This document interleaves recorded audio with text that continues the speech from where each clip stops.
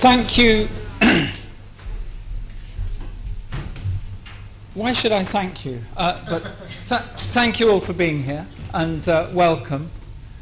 It's a really great pleasure to have seduced John O'Keefe and Tim Bliss to leave their institutions and come to this one. It seems to me ironic that how institutional places can be. John works 500 yards from here, and you could get to Tim's place in 20 minutes. And I always think that the intelligent way to get an education in London is to take little account of the institution you belong to and make use of all the others. So today this favours us. Slightly daunted by their subject, I was trying to think of something that was local that everybody could relate to. And it occurred to me that 30 years ago, Tottenham Court Road sold furniture, and it didn't sell anything else. And then suddenly it started to sell electronic things. And that it's a street that is almost devoted to memory, recording things. And it's a particular pleasure that you're going to talk about the one that we carry around with us, and we're such a short distance from this legion of equipment that afterwards you might all like to go out and buy yourself a new video recorder, tape recorder, computer, fax machine, or whatever. John is going to start, and he's told me that he prefers a 5-hour lecture, and I suggested that you might not. But we don't know that. The difficulty with this is that there's a kind of game going on between John and Tim, and I don't know how long they wish to talk for or how they want to put this together. John's going to go first, Tim's going to make signals, Tim will follow him. Tim said that if there were things you didn't understand, you should ask. Because he said if one person doesn't understand, it probably follows the whole room doesn't. So be the brave one. John O'Keefe.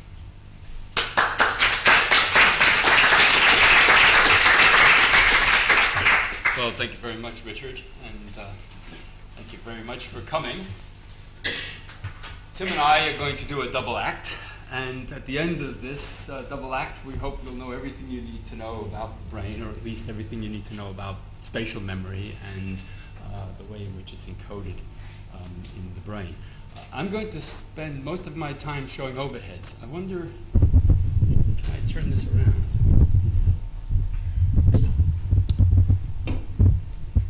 Where will your head be? Right about there. Yeah. Okay, so I'm going to tell you about the way in which the brain represents space, the parts of the brain that are involved in representing space, and how different parts of the brain represent space differently. So my title is How the Brain Constructs Space, and what I've put up here are a couple of the key ideas that I'd like to get across throughout the talk, and that I hope you'll take away with you. First idea that we think is an important one for understanding how the brain represents space is the idea that there are two very distinctly different ways in which you can find your way from one place in the world to another. And we think that the brain honors this distinction. And I've called these routes and maps. And I'll tell you a bit more about what the distinctions are and how we think they're mapped onto the brain. At least part of the difference between these two is that they code for the spatial relationships of objects, either in terms of egocentric frameworks or in terms of allocentric frameworks. And I'll come back to that.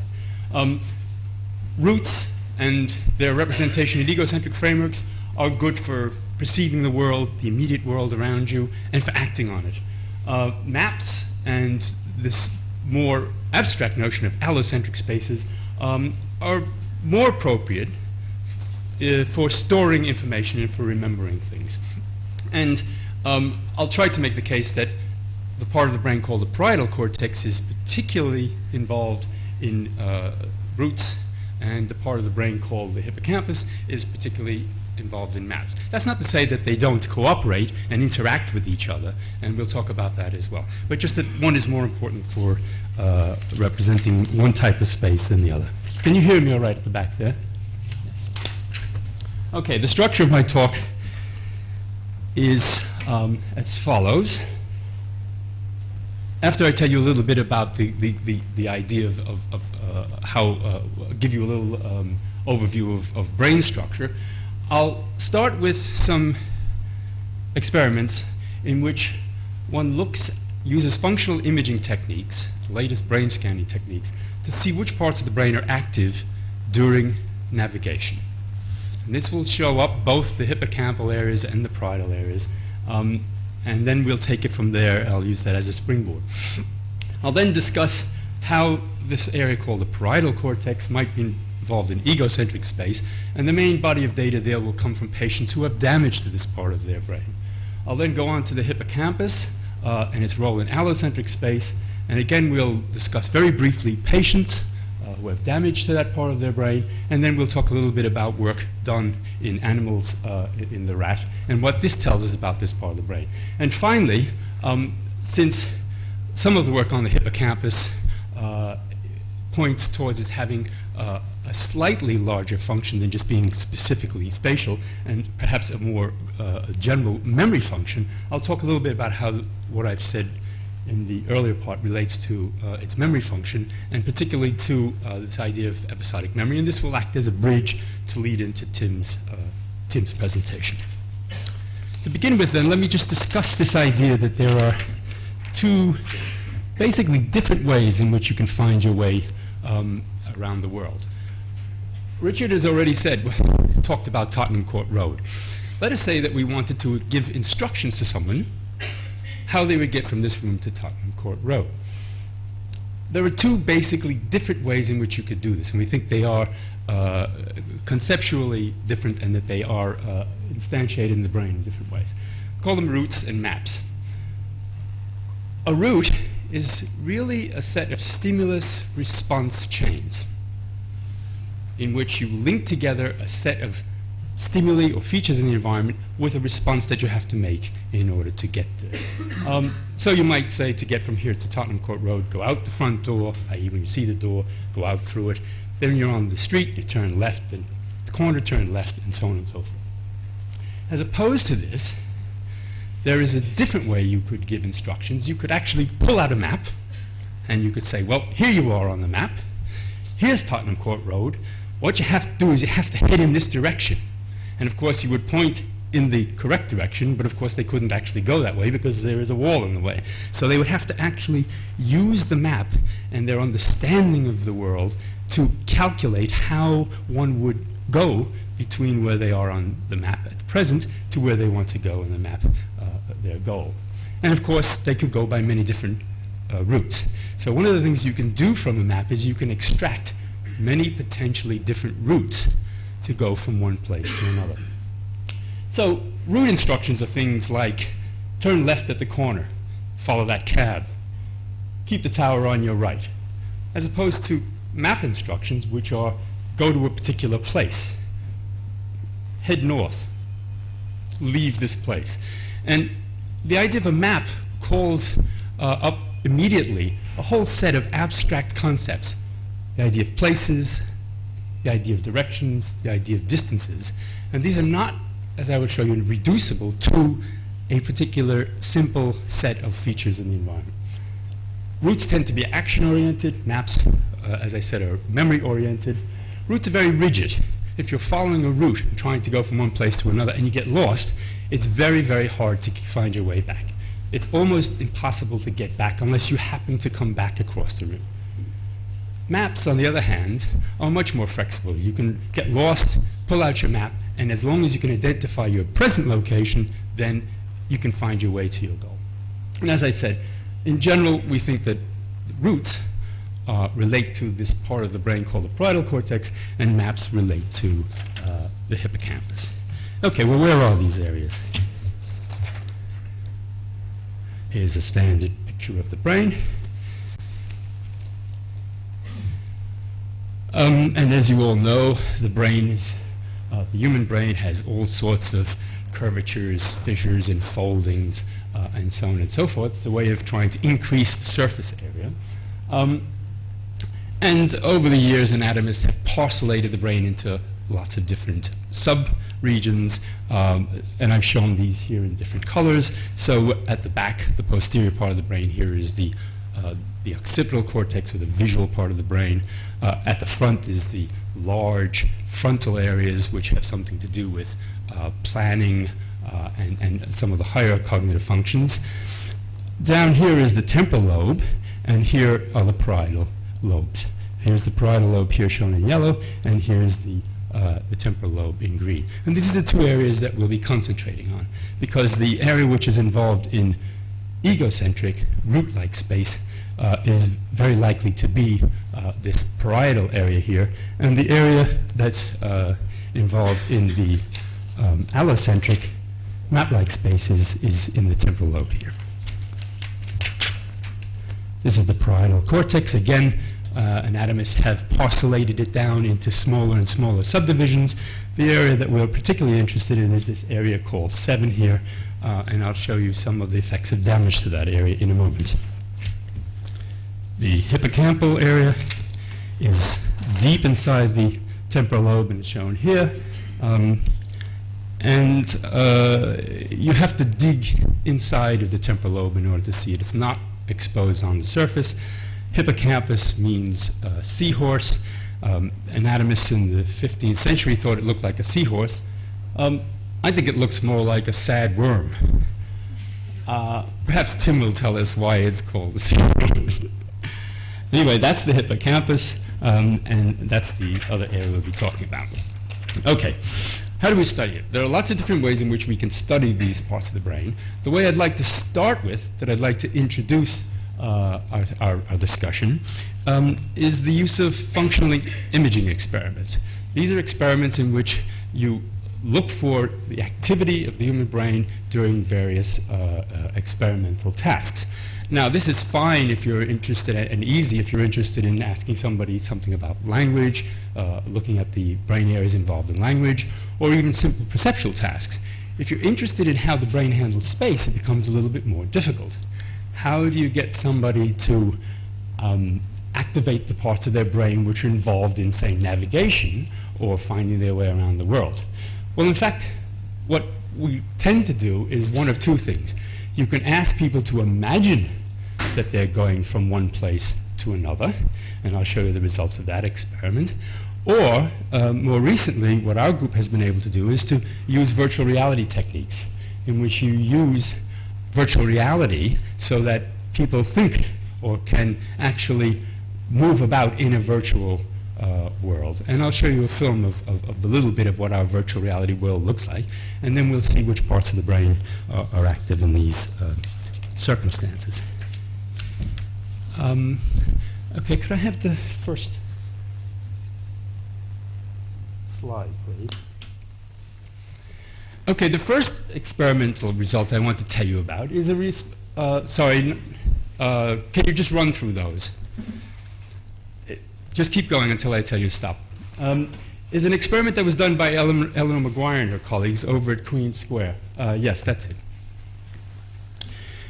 What Eleanor realized is that there exists in the world a group of people who are fantastic in terms of their ability to find their way around space. And they are London taxicab drivers. They spend years acquiring a very, very detailed map of London, and it's renowned throughout the world that you can get into a cab, ask the driver to take you from where they happen to be to any other place, and they'll do it. So Eleanor scanned the brains of taxicab drivers during an experiment in which they were asked to imagine that they were in their cab and that two passengers had just gotten into the cab and they were going to two different destinations, and they had to find the most efficient route to go between the two destinations. And then so the cab driver said, well, now I'm going from Piccadilly Circus and I'm going up the mall, and so on and so forth. And what's shown here is the parts of the brain that are activated under those circumstances. Is there a pointer here, do you think? No? No, don't worry about it. I'll just talk you through it. And what you can see if you look at the upper left figure here, which is a side view of the brain. Oh, terrific. What you can see here is that one area here is this area in the parietal cortex. So while cab drivers are trying to find their way around and plotting their course, they light up the parietal cortex, and shown in a different section, in a section which is a coronal, what's called a coronal section, is shown the other area we've been discussing, which is the hippocampus. So both areas are activated during this task, showing that both are involved. Now the problem with this task is, A, you have to rely on the subject saying, okay, well, I'm finding my way around the world, and that's in fact what they're doing. And you have no behavioral measure, so you can't say how good a job they're doing.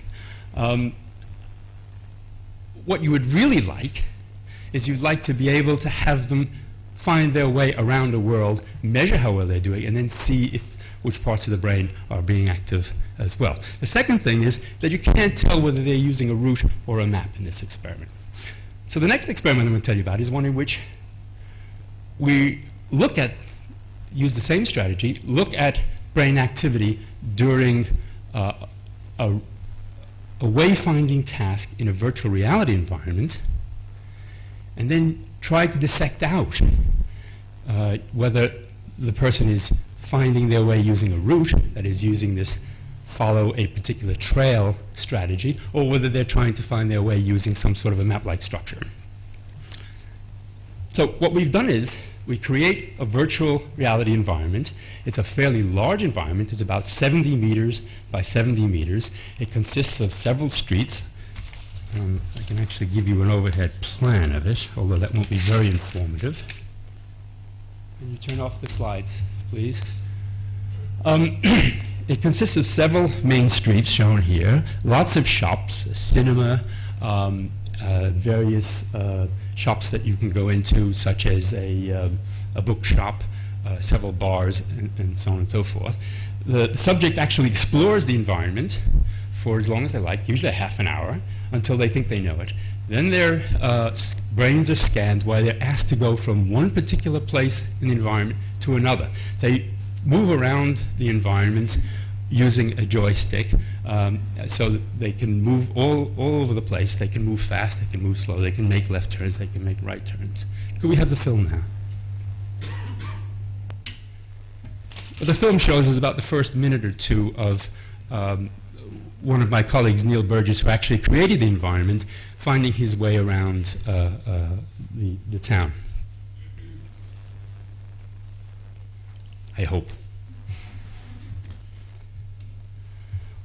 We looked at lots of different graphics packages to try and create this environment. We looked at many of the packages that are used, for example, in our architectural school. We've looked at all sorts of things. In the end, what we've settled on is a video game. It's now possible to take one of these video games, which involve running around, shooting up lots of monsters, and creating all sorts of mayhem, and using the editor that comes with it to strip out the monsters. So it's politically correct. It's to some extent fairly anodyne and not terribly interesting, unless you're interested in finding your way around the environment.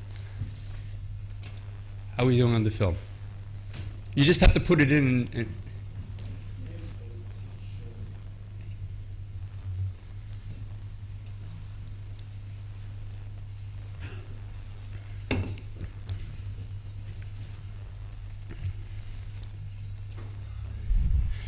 Okay, it's probably not crucial. I think what we need to do then is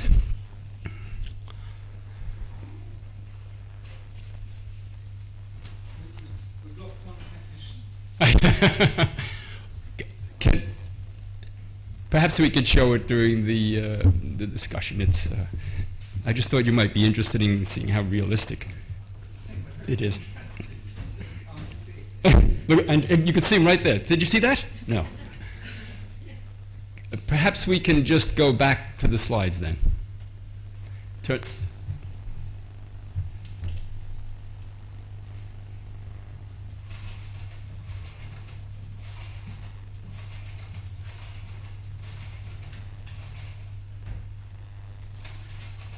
If you show videos, you know you better bring a few slides. This is what it looks like when you first enter the environment. And you can see that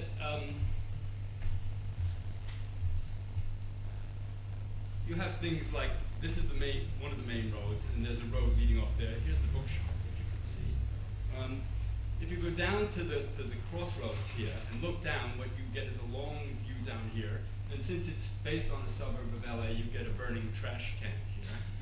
You can also, if you look off into the distance, you can see buildings and hills in the distance, so you get a rather good impression of deep space. You can go into any of the buildings that you want. You can go down into an underground station, and there's a train that comes in and out. You can't go into the train. You can go into other buildings. There's a bank.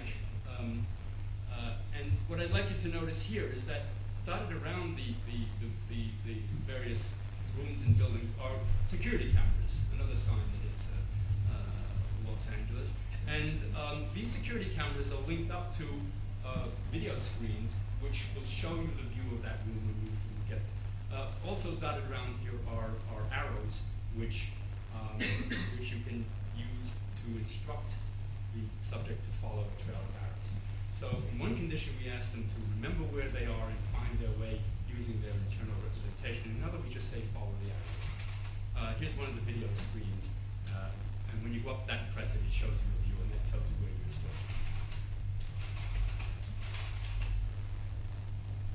When we do that, we now are in a position to compare the brain areas that are activated when a person is trying to find their way around this environment by following a set of arrows, that is, using the route strategy, and ignoring, as it were, where they are in terms of any map-like structure.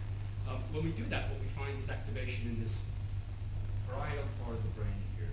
That is, when we try to use a route strategy to find your way around the brain, you activate the parietal cortex, and you don't activate the hippocampus.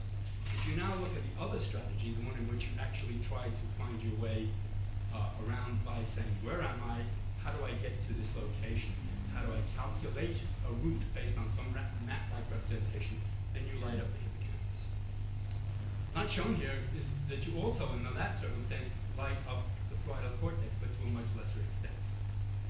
So it's emerging from these experiments that even if you have a map-like representation of an environment, in order to use it, you have to get it out into an egocentric representation. In order to be able to move in space, you have to get the activation and the representation into the parietal cortex.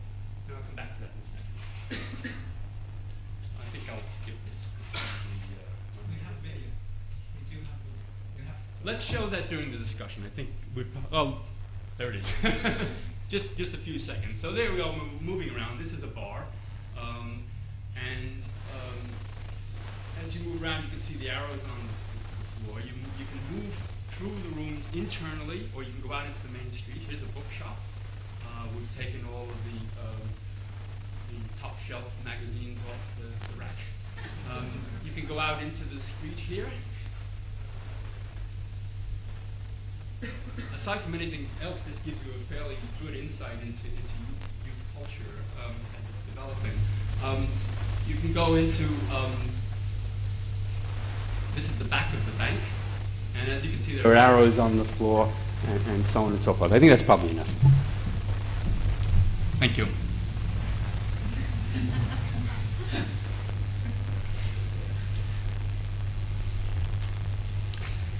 Okay, what I'd like to do now is tell you a bit about how we go about finding out what in detail these two parts of the brain are doing.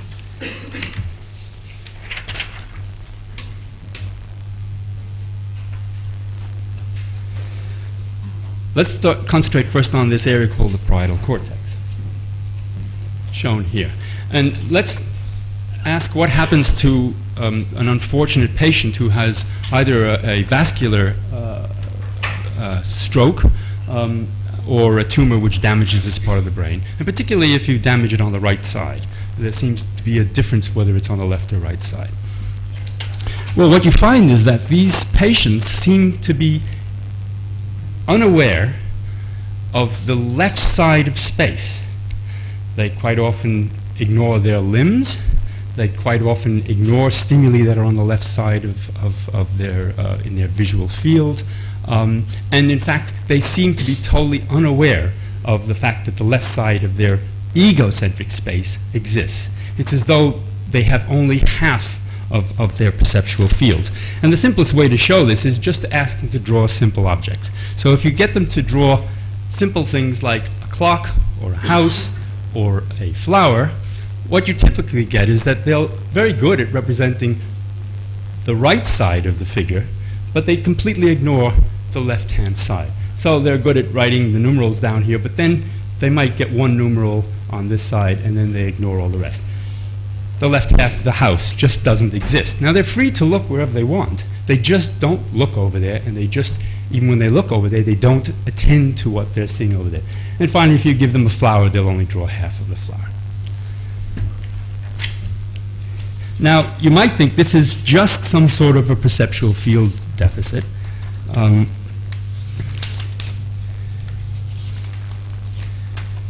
as I'll show you in a moment, it applies not only to space that you can perceive, but space that you call up in your imagination. Well, what's happening here? Well, one of the things that a lot of experimentation has suggested is that we need to think about these spaces not as a single unified space, but in terms of a whole series of spaces. And we need to think about egocentric spaces, which are spaces mapped onto the body surface and which travel with the body surface or aspects of the body, and allocentric frames of reference which stay behind, as it were. So if we look at this chap here, and I apologize, he's not a very nice looking chap, looking down at the top with his eyes pointing in this direction, and these are supposed to represent his shoulders, and this his head. When he's looking ahead with his head centered, like that, then we can imagine that all of these frames of reference, the frame of reference centered on the eye and the head and the body, are all in alignment and pointing in a particular direction. They're all lined up. So that if there's an object A over here, he then says, well, that is about 45 degrees in any one of these frames of reference. On the other hand, if we now say, well, move your eyes and turn your head so that you look over here, what we've done is we've dissociated the different frames of reference. And when we do this, we see that some areas in the parietal cortex are mapping the stimulus relative to the eye-centered frame of reference, some are mapping it relative to the head-centered frame of reference, and some are continuing to map it into the body-centered frame of reference. So one of the things that the parietal cortex is doing is it's taking information coming in, say, from the eyes, where things are located relative to an eye-centered frame of reference, and they're transforming it into successively a head-centered frame of reference and then a body-centered frame of reference.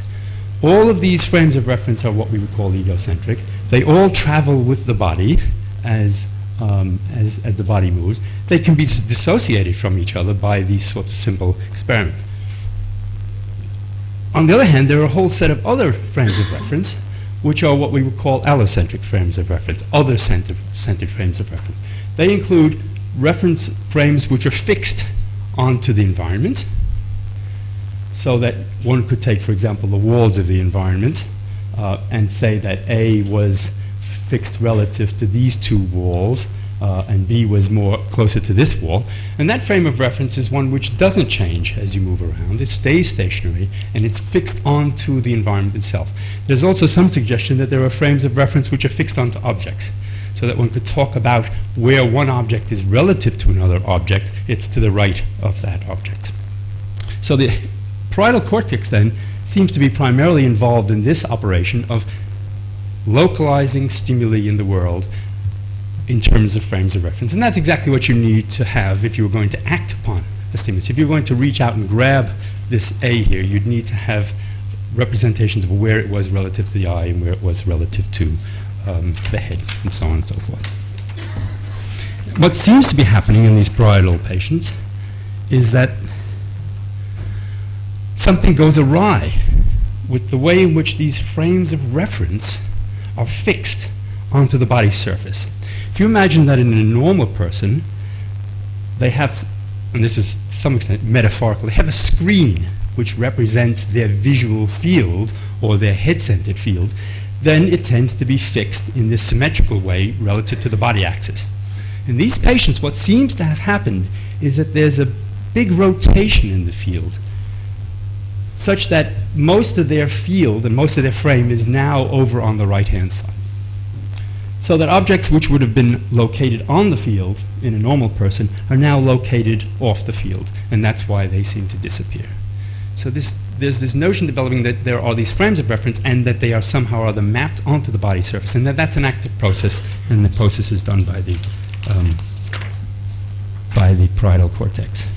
Now, I said before that this is not just a problem in terms of perception, it's also a problem in terms of memory.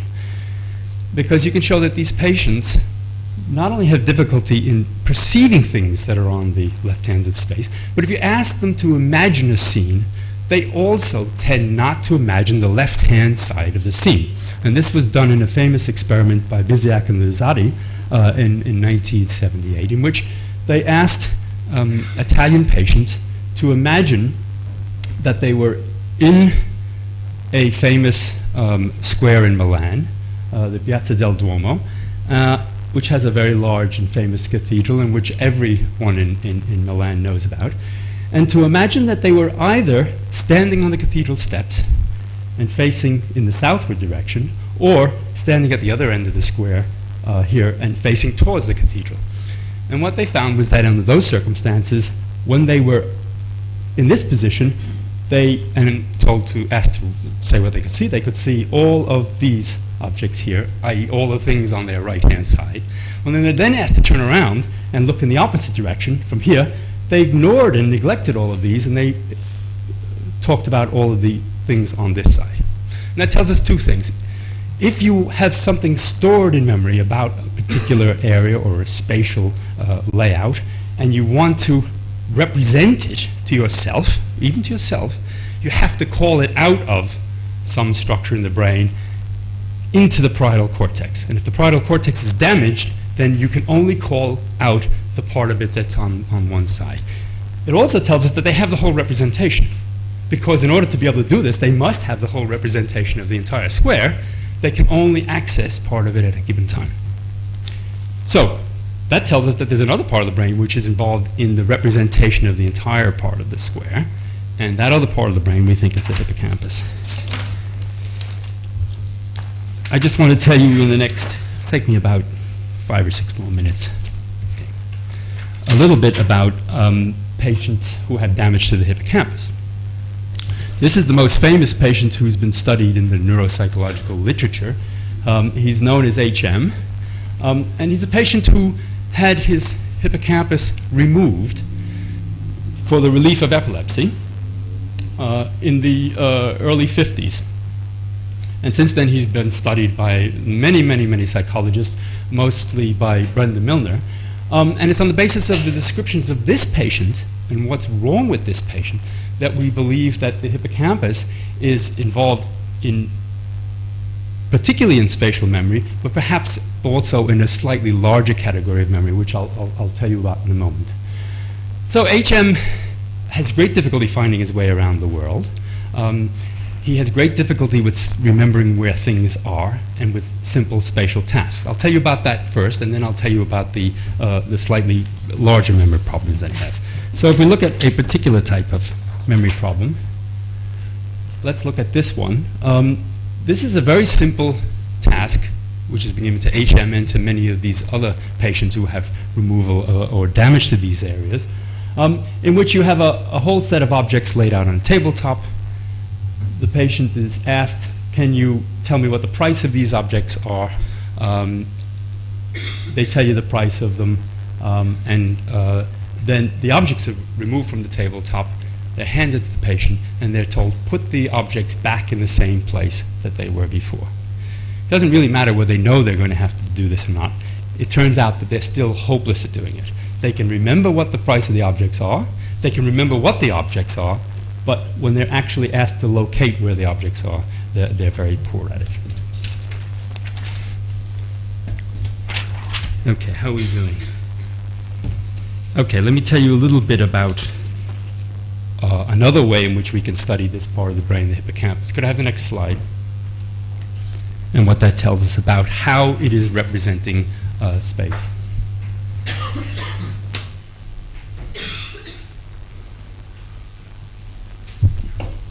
One of the things we can do is we can turn to an experimental model such as the rat, and we can ask what happens if the rat either has a dysfunctioning hippocampus, or we can ask the additional question, what happens if we look at the rat's brain while it's trying to find its way around the world?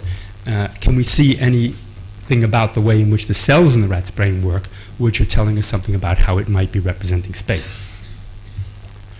This is a simple task which was invented by Richard Morris in Edinburgh for testing the rat's spatial ability. What you do is you put the rat into a large swimming pool. Located in the somewhere in the swimming pool is a platform which the rat can swim to and climb onto. And the rat is motivated to do this. He's placed in different parts of the swimming pool, and he learns very quickly to swim to the swimming pool and climb on. If you do this a few trials, then and map where the animal swims, what you see is that a control animal, a normal rat, swims directly to the platform. Now you have to realize this platform is hidden below the surface of the water, so the only way the animal knows where it is to actually remember where the platform is relative to the objects in the room.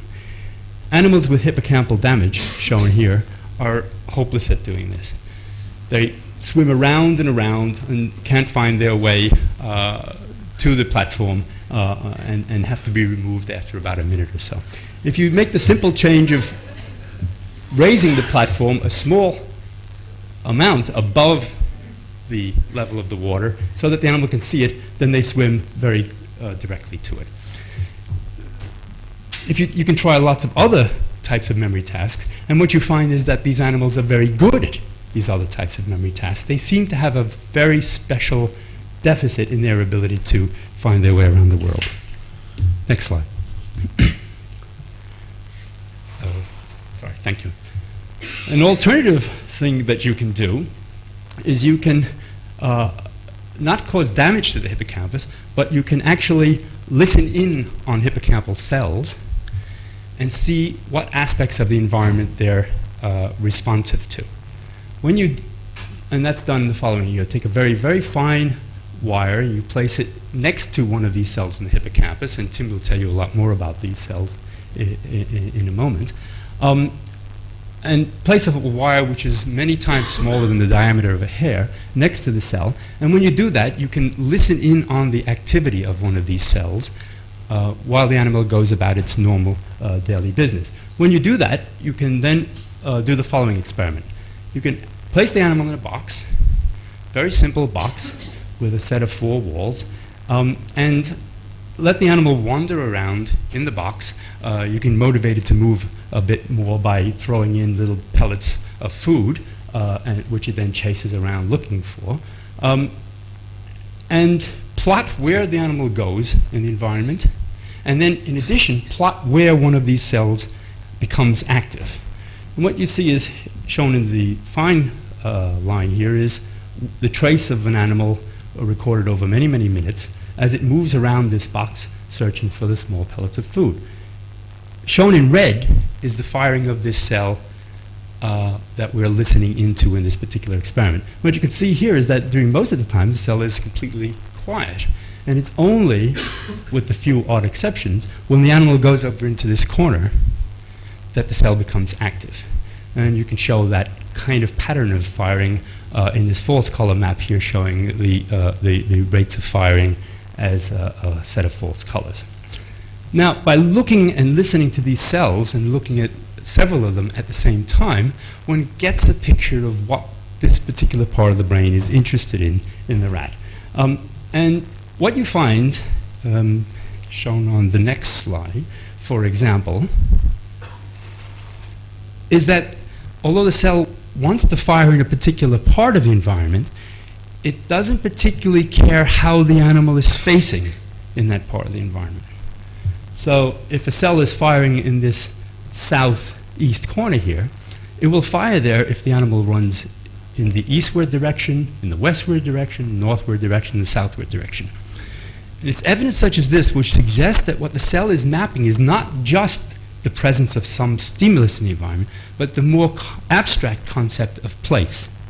And I won't go into the evidence for this, but it looks as though cells in this part of the brain are mapping abstract concepts about space. These cells are mapping concepts about place. Another set of cells are mapping the idea of direction, and will fire when the animal points in the northward direction, irrespective of where it is in the environment. So it's the converse of this type of response. This says, I don't care which direction you're pointing in, I want to know where you are. The other cells respond when the animal is pointing in a particular direction, say north, irrespective of whether it's in the left-hand side of the box or the right-hand side of the box. Slides off, please. So let me then summarize. So what we think this part of the brain is doing in the rat, and probably also on the basis of other evidence in the human, is that it's providing the animal with a map, which is where we started. It creates the concept of place. Different cells respond to different places in the environment, and when you look at enough of these, they map the entire environment. It also provides the information about the relationship between places. So it will tell the animal when it's in a particular place, as represented by these place cells, and facing in a different direction, that if it moves a certain distance, both of which again are abstract concepts, which I don't have time to go into, it will end up in another place. And we think that this is the basis for the concept of a map. And that with a map like this, just as you can find your way to Tottenham Court Road from one place to, from here to Tottenham Court Road by any of many different routes, so given this kind of a map-like structure, if an animal is at A, it can find its way to B either directly along this route here, or it can go via C. It has that kind of rich information which will support many different flexible routes.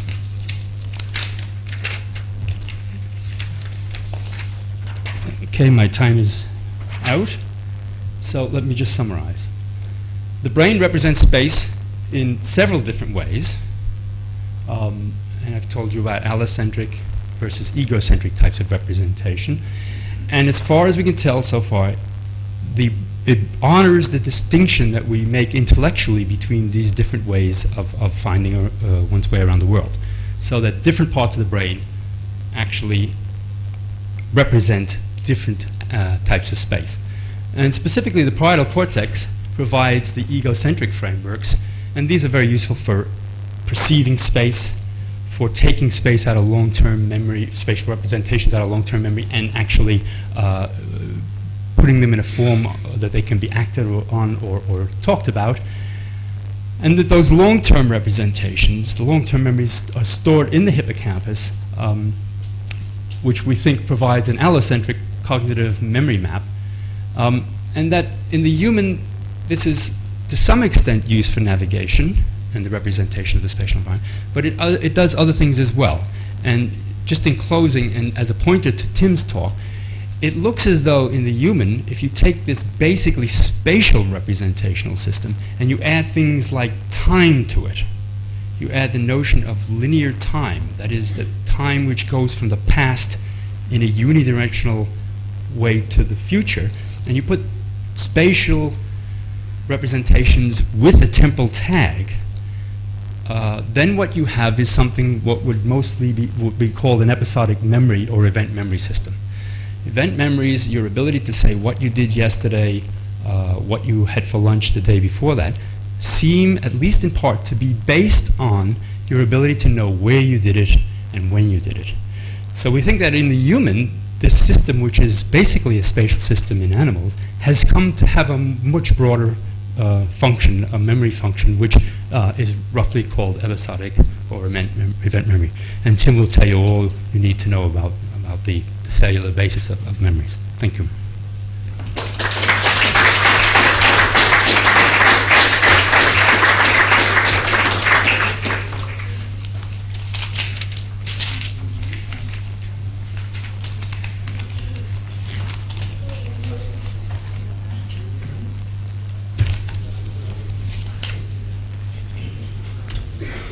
What do you want on? I'll leave that on. You want to take the pointer? Not the cover. Do you want to turn it on? Yeah, yes, okay.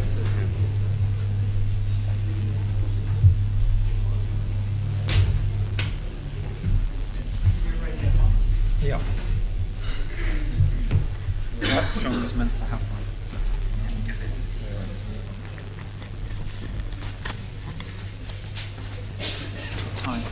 That's what it is. Exactly. Okay.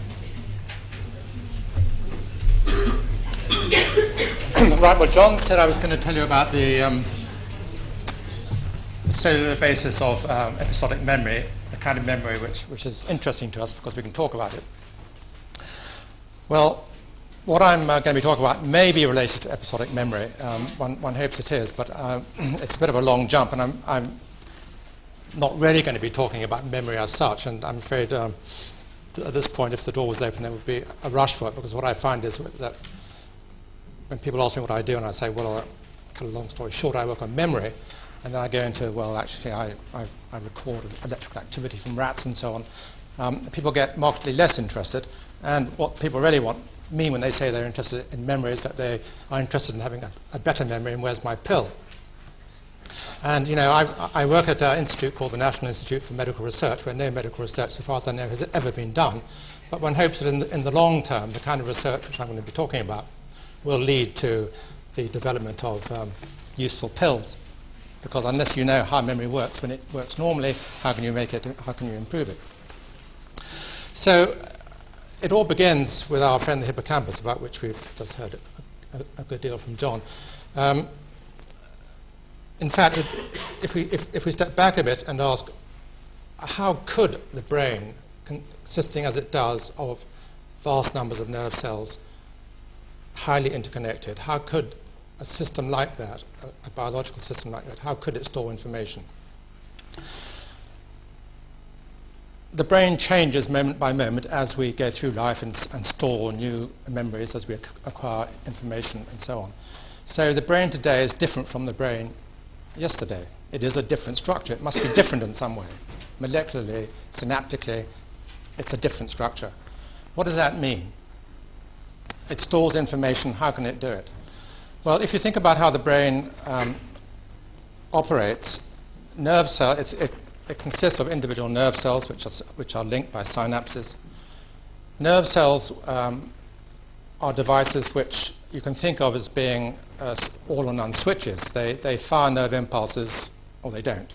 There's no in between. And when they fire a nerve impulse, let's just say a nerve impulse travels down its axon to excite or inhibit other nerve cells. It does that in an all or none way. The actual amplitude of the nerve impulse doesn't change. So it doesn't look like you can store information by changing the amplitude of nerve impulses. You've got to do it in some other way. And the obvious way to do it, and it's so obvious that it's been believed that this is where information is stored in the brain, the basis of memory, is at the synapse. And that's been believed because really, how else could it work? And the synapses are the junctions between nerve cells. These are not all or none. A nerve impulse, when it arrives at a nerve terminal, releases a chemical transmitter which diffuses across the tiny space, and it is a space between one nerve cell and the next. When it arrives at the target cell, it interacts with receptor proteins embedded in the membrane, opens ionic channels, allows ions to flow into the target cell, and that reduces or increases the electrical potential across the nerve cell. And nerve cells fire when that electrical potential is reduced to some threshold value. So to fire a nerve cell, you've got to reduce the electrical potential across it. And you do that by synaptic activation. So we experience an event that's transduced by the sensory apparatus into nerve impulses. What the brain knows about the external world is all encoded in patterns of nerve impulses. And so if you're going to remember that event, that pattern of nerve impulses must itself be the agent of change. So we come to the idea of activity-dependent changes in synaptic strength. Somehow or other, neural activity must itself be able to change the strength or efficiency of synapses. And this idea is embedded in a famous postulate due to the Canadian psychologist Donald Hebb, who taught at the university where both John and I were at, McGill University in Montreal. And Hebb's postulate, published in a book called The Organization of Behavior in 1949, is in my first slide. Can I have the first slide, please? I have to turn it on. It's about three. Yes, here we are. Okay, so here's Hebb's postulate, and it's a very simple postulate. It simply says that if you consider two nerve cells A and B, and A projects to B, so if the axon of cell A is near enough to excite cell B, in other words, projects to cell B, and if nerve cell A persistently fires at a time when nerve cell B is also firing, if A and B fire together, then the synaptic strength between those two cells will be strengthened. Now that idea that coincident activity is what's important for strengthening synaptic connections has been a very potent one, and that's probably one of the most influential statements that any psychologist has ever made. The problem has been that in 1949, and indeed for several decades thereafter, no such sign of such synapses, of cells obeying Hebb's postulate, could be found in the brain. And it wasn't until the late 60s that synapses in the hippocampus were found to possess a property which looks suspiciously like a Hebb synapse. And that's really what I'm going to be talking about. Hebb synapses as they appear in this structure which we know is important for memory, the hippocampus. And the hippocampus is important in rats as it is in humans, and the cellular organization of the hippocampus is very similar in man and rats. So the next slide just reminds you where the hippocampus is in humans. It's this structure tucked in the inside of the temporal lobe. And in rats, can I have the next slide, please? If you take a section, a coronal section in this plane down through the head of a rat, then you find that the most striking structure is the hippocampus. This here is the hippocampus. You see, it's a bilaterally symmetrical structure. In rats, it's nearer the top of the brain than in humans, where it's down here. And it consists of two tightly packed sorts of cells, which I'll describe in more detail in a minute. So let's have a look at the next slide, which gives a picture of one of the cells in the hippocampus. And this is a drawing of a so-called pyramidal cell. And the important thing to note about these cells is the richness of the connections which other cells make with it. And I hope you can see that, but you can't at the back. But on each of these dendrites, as these receiving structures are called, here's the cell body, and all these, everything else that's drawn here that you can see comprises the dendritic tree of this cell, and it's onto these structures that other nerve cells project their axons. And and as you can see, each dendrite is studded with these little projections, which are called dendritic spines. And it's on these dendritic spines that you find the excitatory synapses from other nerve cells. So let's have a look at that in a bit more detail. Here's a picture of a single length of dendrite in a living cell which is filled with a fluorescent dye. And you can see how thickly studded this dendrite is with these so-called dendritic spines. And it's on these spines that synapses are made. Next slide, please. If we look at those spines in the electron microscope, then what you see is something like this. I mean, this is something which takes a bit of training to actually interpret. I mean, it probably just looks like a complete mess to you. But if I just go around here, this is a cross-section through a dendrite, all right? And here is a dendritic spine, which is a protuberance sticking out of the main body of the dendrite, which you can think of as a tube, which we've cut here in cross-section. And here is a terminal made by a cell which is projecting to this dendrite. And it's projecting onto this dendritic spine, and it's packed with little round objects which contain the transmitter. And the actual specialized region where the receptor proteins are embedded is this thickened region here. So this is where all the synaptic action is taking place. And any one of these pyramidal cells can have thousands, indeed tens of thousands, of such spines. So even a single cell, and of course there are millions, tens of millions, hundreds of millions of cells in the brain, but each individual cell is itself a highly sophisticated and complex computing device. Right, so that's an electron microscopic picture of a single spine, of a single synapse. Can I have the next slide, please? So now I'm showing you a diagram of the wiring of the hippocampus.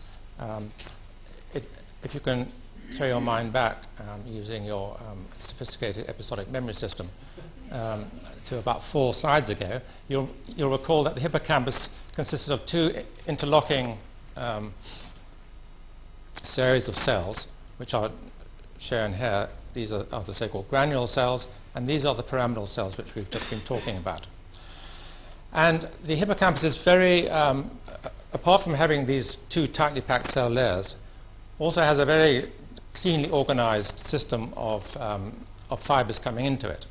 So the perforant path, this PP here, brings in information from a region of the brain called the entorhinal cortex. It's highly processed, multisensory information. So information about the external world through all senses eventually gets to the hippocampus. And it projects via these axons or fibers here to the dendrites of these granule cells. And then we have another projection here and another projection here. And everything's so nicely laid out that this is an enormously popular preparation for neurophysiologists who are interested in the electrical properties of synapses and nerves, even if they're not in the slightest bit interested in memory. It's just a very convenient system. So in fact, we probably know more about the synapses of this region here than we do about any other synapses in the whole brain for that reason.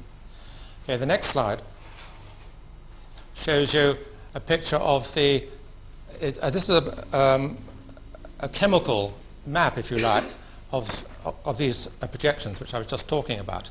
Here are those granule cells, and here are the pyramidal cells of the hippocampus.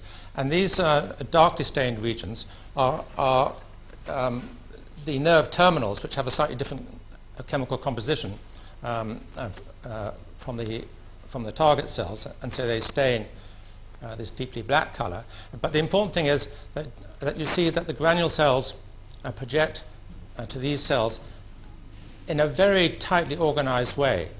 The dendrites of these cells actually extend all the way up here, but these axons are only interested and only terminate on a very precise proximal part of these cells. So the whole organization of the hippocampus is very tight, and that's that's important from an experimental point of view because it means that when you stimulate these axons which project to the hippocampus, the target cells all respond in a stereotyped way and give rise to large electrical responses which are easy to record. And so one of the other reasons why the hippocampus has been studied so intensively is not simply because it's a structure which we know is essential for forming episodic memories of everyday events, but it's also a structure which is easy to work on, and that is by no means an unimportant consideration in experimental science. So the next slide shows you the kind of responses which you can record from this structure. So here are those granule cells, and here are the perforant path fibers from the entorhinal cortex, and they terminate just in the middle part of the dendritic tree of these cells. And if you put down an electrode into the brain here, into the hippocampus, and you stimulate electrically these perforant path fibers, so nerve impulses are traveling along the perforant path, and when they reach these target cells, when the impulses reach these target cells, they release chemical transmitter, and that excites these granule cells. It excites them in such a way that it reduces the electrical potential across the cell membrane, and when that electrical potential reaches a certain threshold value, as I said, then the cells will actually discharge nerve impulses. And you can see this happening here because with weak shocks, where you don't activate many synapses, you get a synaptic response. It's a measure of these synapses being active and releasing transmitter, but you're not yet firing the cells. And you can see that because if you come down with your thin wire or glass electrode into the cell body region, which is about 100 microns below this synaptic region, then you also record a synaptic response, but it's a passive response. It's a mirror image of what's actually happening up here in the dendrites.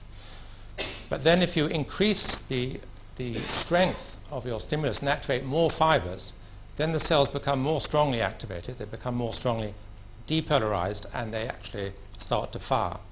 And because they're all packed together, all acting in the same way, a whole population of them will fire together. And that is seen down here on your recording electrode as a sharp spike superimposed on this synaptic response. So with this kind of technique, and you can do this either on brain slices, which are slices about 0.5 millimeter thick, cut from the hippocampus and laid in an organ bath and perfused with a salty glucose solution, in which will keep the sites alive for several hours. Or you can do this in the anesthetized rat, or you can even do it in freely moving animals. You implant electrodes in the rat under anesthesia, and then you allow them to recover, and a few days later you start doing experiments when they're awake and they are completely unconcerned by the fact that they have an electrode in their head, and you can record exactly the same kind of response. So you can actually look at synaptic activity in the behaving animal.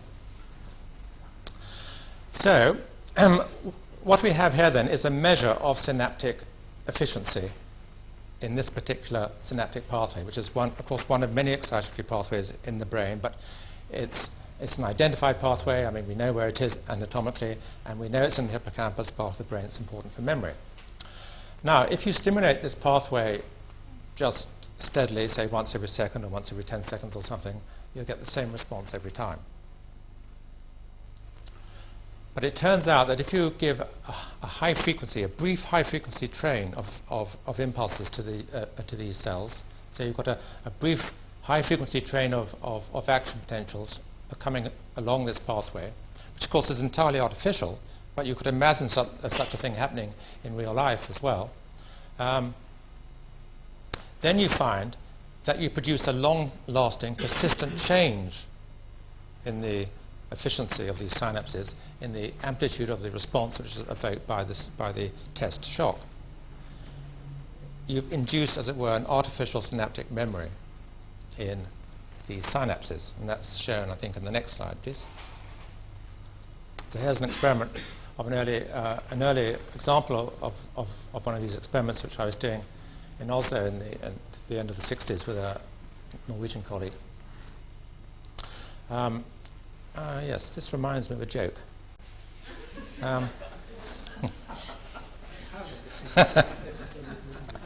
I will come to this joke. Just bear with me. We only have 5 hours to go. The joke happens about here.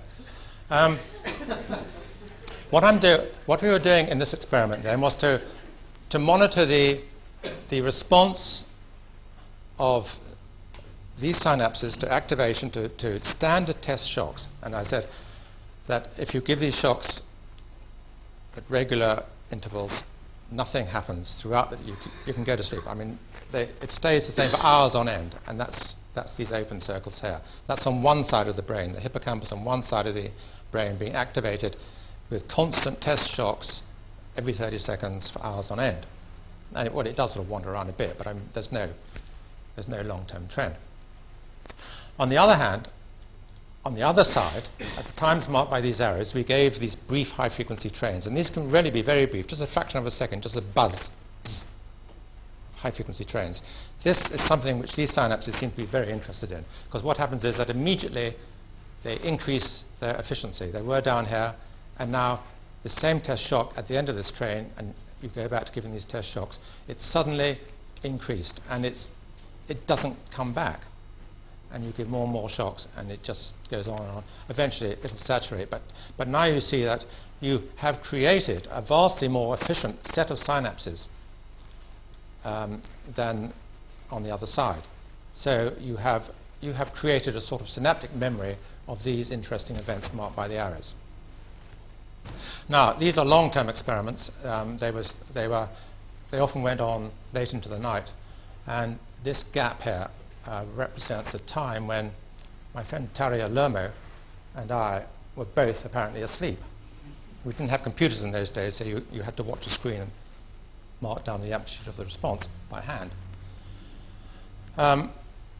And I mean, years later when we were looking back on this, saying, well, who was it actually who went to sleep at that? I mean, because we had somebody was on watch, somebody was asleep. So the person on watch went to sleep. Now, who was it? Was it him or me? And anyway, I said it was unquestionably Tarja, because Norwegians were always falling asleep on the job. That's why there were so few of them. I haven't actually told Tarja that, but anyway. So this phenomenon has become vastly popular as a model for the neural basis of memory. And it turns out that it is, in fact, a very good exemplification of Hebb's postulate for reasons which I will show in the next couple of slides. Can I have the next slide, please? So it's long-term potentiation, often called LTP, has these three properties, which, of course, all end in ITY, like all self-respecting properties. Cooperativity simply means that you give a high-frequency train to induce long-term potentiation. You reset the efficiency of these synapses. But it turns out that high-frequency train is not enough. You actually have to give... There's an intensity threshold, too. You have to activate enough of these axons. You just have to have enough axons. High-frequency trains to a single axon wouldn't work. We don't believe. So that was called cooperativity. But 2 and 3 are actually more important, and these are essential attributes of a Hebb, a synapse. Input specificity. Okay, imagine that you've got 2 inputs to a cell, or to a population of cells, 2 independent sets of nerve fibers projecting to a given target population. And let's say that one is weak and the other is strong. So that one is weak in the sense that it's below this cooperativity threshold. You give a high-frequency train to that weak one, and you don't get long-term potentiation. But you give a high-frequency train to the stronger of the 2, and you get LTP in that. So input specificity says that if the only one that's active is that strong pathway, then only the strong pathway will be potentiated. So in inducing this form of synaptic plasticity, long-term potentiation, you're not strengthening all the synapses onto a given cell. it's just that subset of synapses which receive that high-frequency input. And obviously that enormously increases the capacity of the cell as an information device, because it means that you can, in the limit, you can store information at the level of the single synapse. It's not stored throughout the target cell, just in those activated synapses. We started the video a bit prematurely, I'd say. Can we turn that off? Thanks. So associativity. Okay, let's go back to the weak and the strong. You've got these two pathways. The weak is too weak. You won't get LTP with the weak pathway, but you will with the strong. And if you just give the strong, then only the strong is potentiated. But what happens if you give the weak and the strong together? Well, it then turns out that if you do that, then you will also potentiate those synapses in the weak pathway. Even though if you give the high-frequency train to the weak pathway alone, you don't get potentiation. Now, if you think about what that means in terms of learning, it provides an immediate explanation at the synaptic level for classical conditioning, the kind of thing which Pavlov described at the beginning of the century. You remember his dogs, which salivated to the scent of food.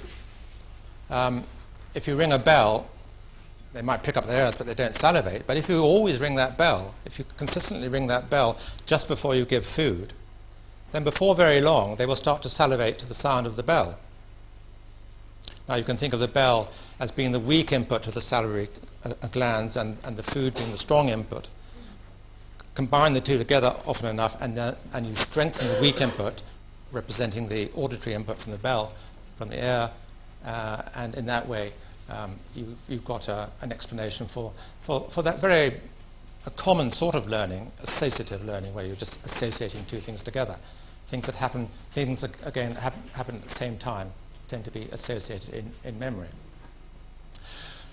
So, for that reason, we believe, we can assert, I think, that these hippocampal synapses are Hebbian, and they're often referred to nowadays as Hebbian synapses. So it turns out that we now have, as a result of research in this area, we have a jolly good molecular explanation for these Hebbian properties. In other words, we can point to a particular protein encoded by a particular gene and say it's that gene, that protein, which endows these hippocampal synapses with these Hebbian properties. And I'll quickly run through the mysteries of the NMDA receptor, and I hope nobody will leave this room without the name of this receptor tripping lightly off their tongues. The NMDA receptor is quite the most fashionable receptor in the whole of neuroscience. Next slide, please. So we'll skip this one, which is just an experiment showing those properties of associativity and input specificity. And knowing those properties, you could, if you wanted, promulgate this induction rule for long-term potentiation, which is very similar to Hebb's rule, which says that a synapse will be potentiated if it's active at a time when the dendrite on which it's located is strongly depolarized, that's to say strongly activated. So a strongly activated synapse and a strongly activated target cell and an active synapse, if those two events happen at the same time, then that synapse will be potentiated. And I'd like you to note that if you want to go into the business of dreaming up rules for the brain, it looks much better in 12-point italic. Next slide, please. So now this NMDA receptor, I don't have time to go into any detail about it, but it's got some peculiarities, one of which is that it's voltage dependence, which means that its activation actually does critically depend upon the level of the voltage across the membrane. That actually is not true for most receptors. And it's that, it turns out, which gives it, which allows it to give long-term potentiation these properties of input specificity and associativity. And the next slide shows the experiment, which was done by Graham Collingwood, who's now a professor in Bristol, which first alerted us to the possibility that this particular receptor was intimately involved in the induction of this form of synaptic plasticity. You don't really need to know this, but I'll tell you anyway, that the transmitter substance, which diffuses across the synapse to excite the target cell when a nerve impulse arrives at the synapse, is glutamate. That's the excitatory a transmitter for all fast excitatory transmission in the brain. Now, what glutamate does when it arrives when it diffuses in a few hundred microseconds across that tiny synaptic cleft and acts on the postsynaptic side of the synapse is determined by the receptors, the receptor proteins with which it interacts. And there are two sorts of receptors which are specialized for glutamate on the postsynaptic side of the synapse. One is this NMDA receptor, and the other is the AMPA receptor. And really, it's the AMPA receptor, at least in the hippocampus, that does all the work. Most of the time, the NMDA receptor is asleep because it just is. Okay, it's blocked by magnesium ions, but we don't really know that. It plays no role in the normal activity of these glutamatergic synapses. Yes, Peter. Glutamate? Yes. Sometimes Glutamic acid is sugary water comes to mind. Monosodium glutamate? Chinese food? Yes. Yes. Don't eat too much Chinese food. It's a very common chemical. It's an amino acid. But it turns out, and it's so common that for years people refused to believe that such a common metabolic compound could actually be a transmitter. But it is. So here is this drug. Pharmacology works by finding drugs which block things. Antagonists are very important to pharmacologists. AP5 or APV is an antagonist of this NMDA receptor. As far as we know, it doesn't do anything else except block NMDA receptors. It's not a natural compound. It was invented, synthesized specifically for this purpose. And it's very good at it. It does block NMDA receptors.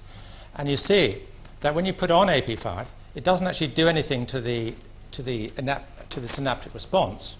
That isn't affected.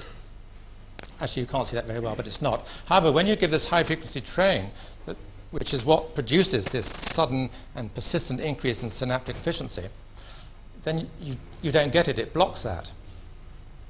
You get a short-term increase, but no long-term increase. And then you wash this off, and you give the high-frequency train, and you get your sudden increase. And now if you give a drug again, it has no effect. So this drug blocks this drug which blocks the action of the NMDA receptor, blocks the induction of long-term potentiation. And the next slide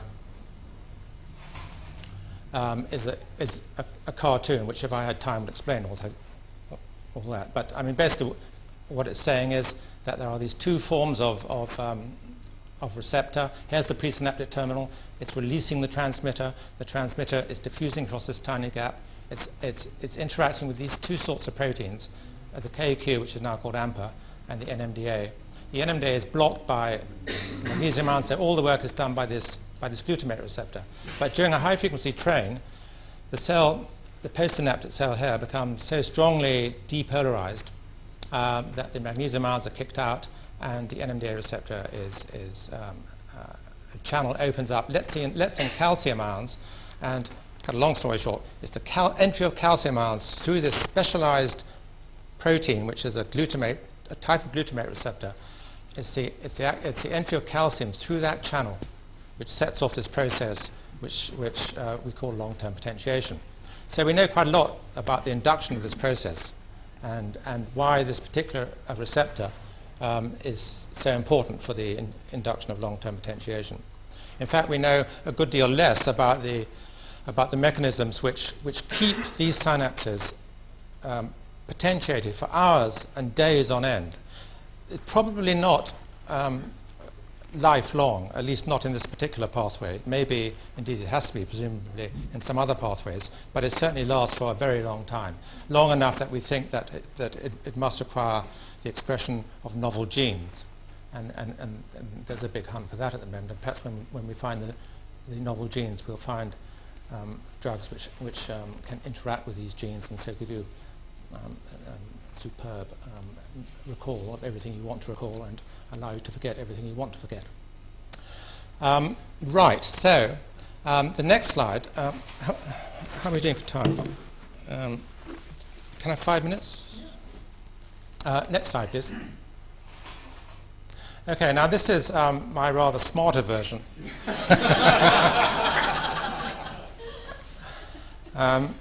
of John's slide. Well, of course,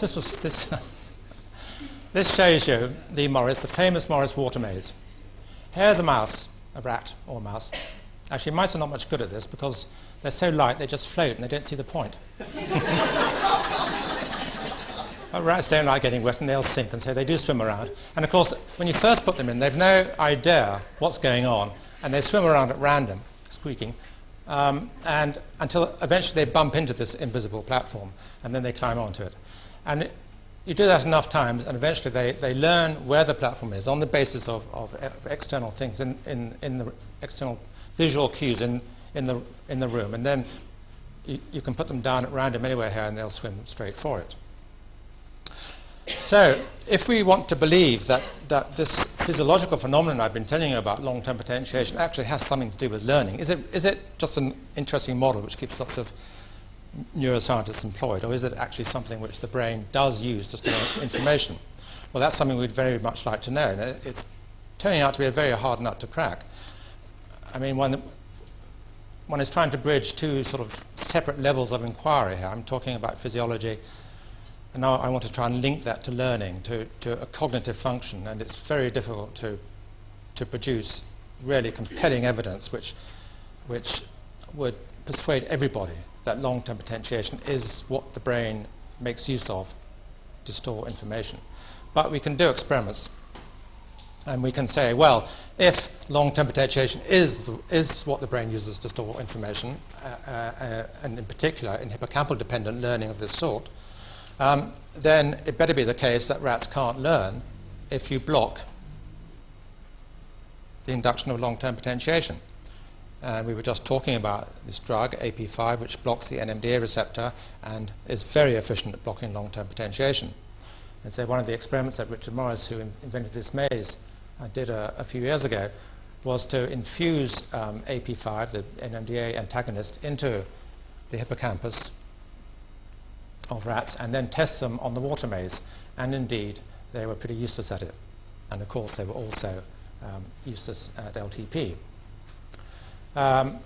Well, I mean, that's quite nice, but it doesn't actually prove the link. It's pretty suggestive, I suppose, but it doesn't prove it for various reasons, one of which is that while we know that AP5 blocks the NMDA receptor, and indeed it was designed to do that, we have no way of knowing what else it might be doing. We don't think it does anything to ordinary synaptic transmission in the hippocampus. It's not blocking the flow of information through the hippocampus, but it may be acting on other structures which are important for learning. And we don't know where else it's acting either. I mean, we put it into the hippocampus, but it leaks.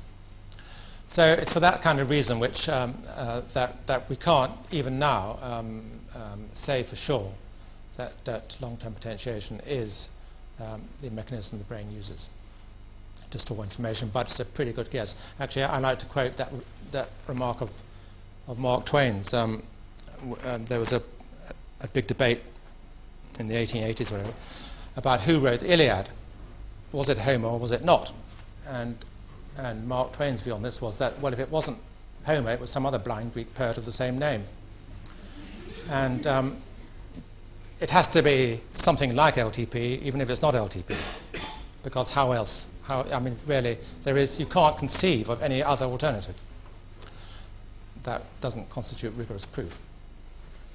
So I've actually run out of time. So but I do want to show my little movie, which actually shows you a synapse in action. So what I'm going to be showing you is a nerve cell which has been filled with a fluorescent dye which binds calcium. And when it binds calcium, it changes its fluorescence. And so this dye acts as a calcium indicator. It tells you when calcium is entering the cell. And I told you that the entry of calcium through the NMDA receptor is the trigger for the induction of long-term potentiation. So by using dyes of this sort, we hope eventually to be able to sort out some of the unresolved questions about the mechanisms for long-term potentiation. I mean, for instance, I've talked about the induction, which involves this NMDA receptor, which is located postsynaptically on those dendritic spines. But that's the induction. We don't know what happens then. And there are a number of ways in which you could imagine that a synapse could become more powerful. It could release more transmitter. That would be, if you like, a presynaptic process. Or it could be postsynaptic in that the cell could express more receptors at that synapse. Or maybe the synapses just get bigger and you have larger specialized areas into which you pack more receptors and on the presynaptic side you have more transmitter. Really, we don't know which, if any, of those is true. However, with this technique, we hope to be able to answer some of those questions. So what we're going to see then in the video, which only lasts about 30 seconds, I think, is we're looking for... we've got a cell which is filled with this calcium-sensitive dye. There's a bit of calcium in the cell anyway, so the cell is outlined, we can see. And we're stimulating electrically and with double shocks, which you'll hear as every few seconds on the soundtrack. And we're looking for spines which are responding to our stimulus. Okay? Now, we have no idea where these spines are. We know that some spines are responding because we can record electrically and know that we're getting a response, but we don't know from which of the many thousands of spines on this cell are producing that response. So you just have to search. So actually what happens is that we have a culture, a hippocampal culture, which is sitting on the stage of a microscope, and we're just moving the culture, which includes, of course, our labeled cell, under the objective of the microscope, and just going up and down the dendrites, looking for responding spines, looking for little flashes of calcium.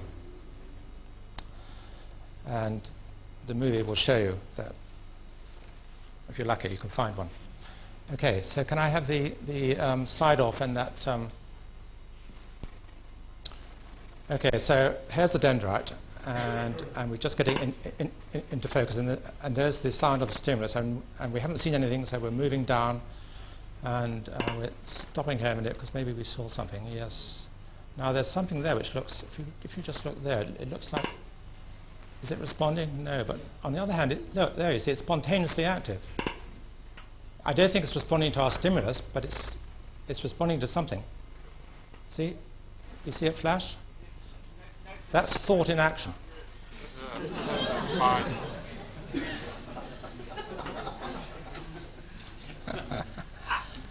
That's what's going on in all your heads now.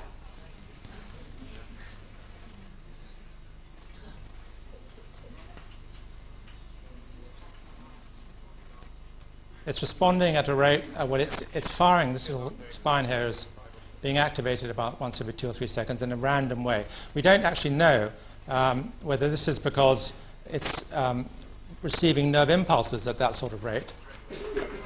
Okay, that's it, thanks.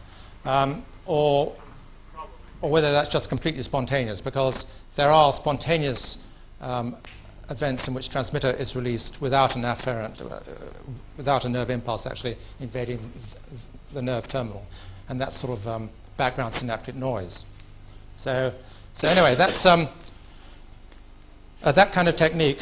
As I say, we hope will, because after we've induced long-term potentiation, if we can do that in that kind of preparation, then of course we'll be able to see whether the probability of a nerve impulse releasing transmitter and giving us a flash of calcium is higher, because that's one of the ways in which we can envisage long-term potentiation being encoded. It's a surprising fact, and just let me end on this, that neural transmission in the central nervous system is not a certain event.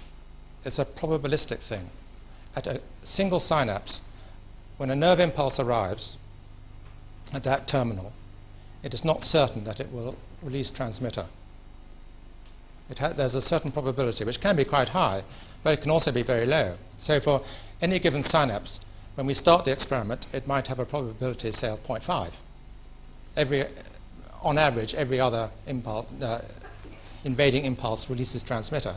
The other half just fail. And so one way in which you could get a stronger synapse is to increase that probability of release. And that's the kind of thing which we will be able to see with this technique, I think. Right, thank you very much.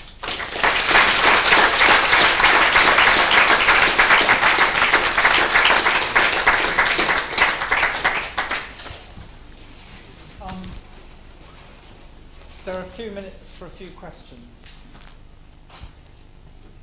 And I'll take what's known as the moistened plum. And I wanted to ask you if well, I'd like to ask you both. Is that this thing about probability? Could that be desire? I mean, what all through this, I've been wondering about the idea of choice and pleasure and the things I want to learn about and things I don't want to learn about. So when you talked about this probability, I was wondering if you have any idea about what provokes that probability. Well, I mean, I think that it's one way in which you can design a system which does have the capacity to change. It's one way in which you can get changes to change that probability. I mean, not all systems have this. I mean, in some systems, even in the brain, it's so important that the synapse work that the probability is 1. It's certainly true in the peripheral nervous system at the neuromuscular junction. It's no good being a concert pianist if every 50% of the time you hit B flat. It's got to work every time, and it does work every time. But in the brain, an organ in which information storage is one of its most important attributes, you've got to have mechanisms which will allow a change to happen. So if there was no room for change, then you would not have a plastic system. Indeed, I mean, one of the ways in which people have addressed this question of whether long-term potentiation is important for learning is to say, well, let's drive these synapses to their maximum efficiency by doing repeated high-frequency trains. And then you've got a system which can't change. That animal should not be able to learn. And maybe those experiments have worked, maybe they haven't. It seems to be a difference of opinion. But that approach was a valid one. So, I mean, I think the answer is to be found in the need for flexibility in the brain.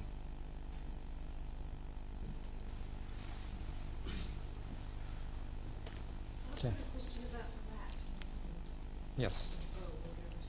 The pool, we call it. It's the swimming pool. Does it need a point of reference?